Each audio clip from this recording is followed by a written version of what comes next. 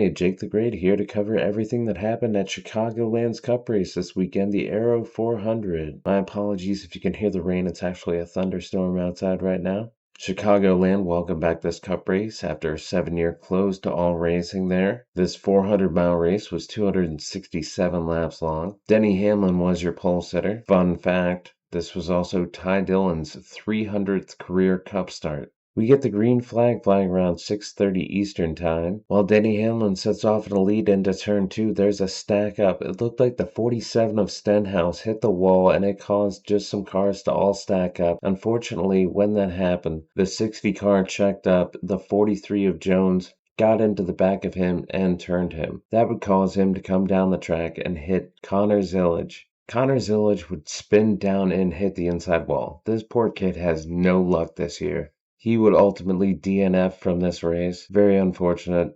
Been nothing but bad luck this season. Ryan Preece would also get stuck with flat tires. He would go 4 laps down while they towed him in. They had to tow him into the garage per NASCAR's protocols, because if you get towed in by NASCAR, you have to go to the garage. So it just held up the process. He was able to get all his laps back. It just took a very long time for Ryan Preece tonight. Restart lap 7.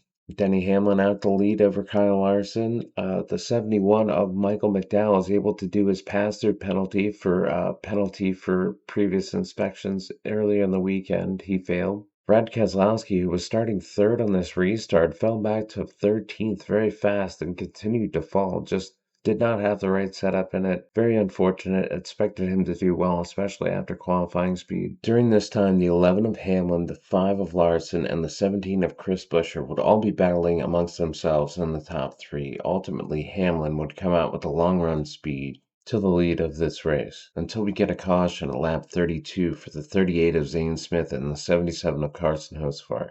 Getting into turn 1, the 38 of Zane Smith would get into the rear of the 77 of Hocevar.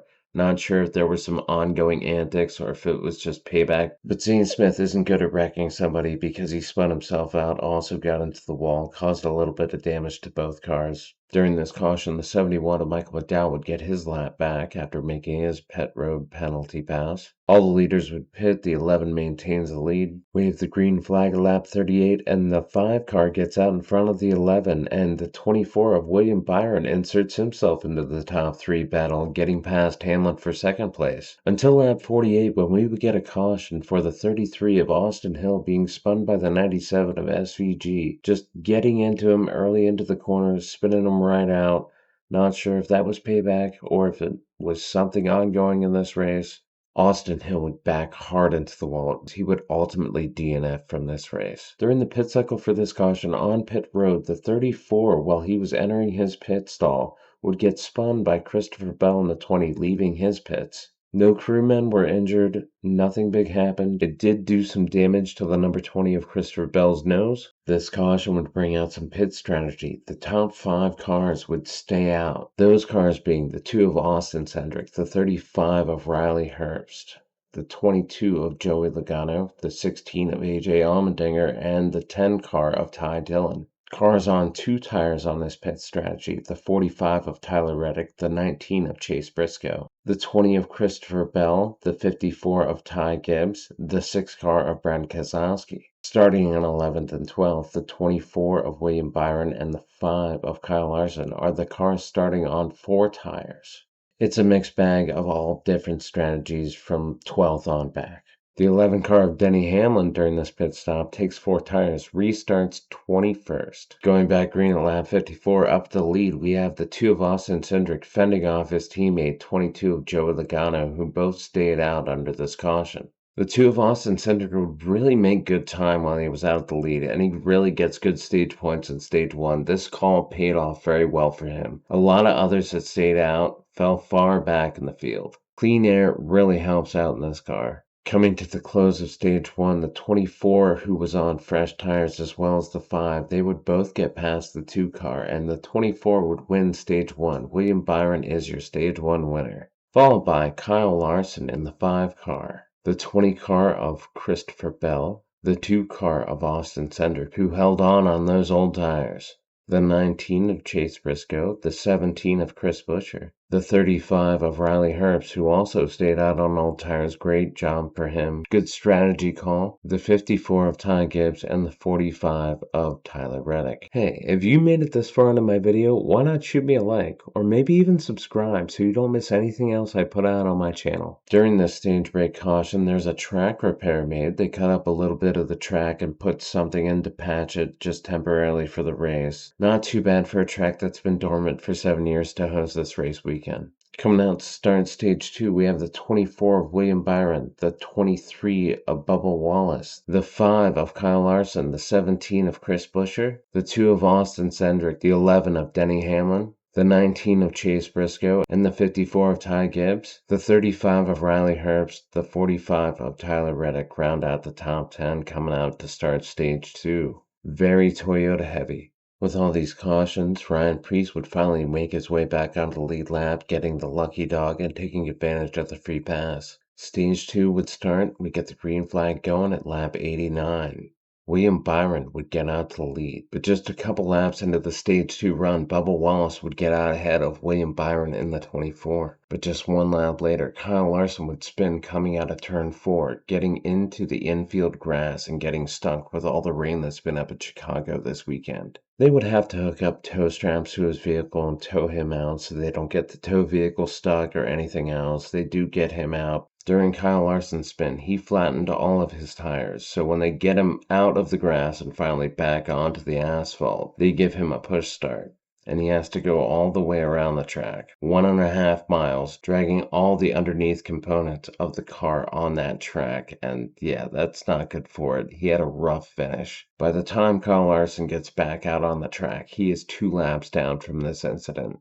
We get the restart still in stage 2, lap 100. The 23 car Bubba Wallace is out to the lead over William Byron in the 24 and the 17 of Christopher Buescher, followed by the 3 Toyotas of Denny Hamlin in the 11, the 54 of Ty Gibbs, and the 45 of Tyler Reddick. Then the 2 of Austin Cindric, the 19 of Chase Briscoe, the 35 of Riley Herbst, and the 9 of Chase Elliott. This leads into a long green flag run, and at lap 124, we eventually get all 3 of the Toyotas battling for a lead between the 23 of Wallace, the 11 of Denny Hamlin, and the 19 of Briscoe. The 19 of Briscoe would prevail, the 11 would slot into second, followed by Bubba Wallace. Shortly thereafterwards, the pit window would open, and everybody starts taking advantage of it.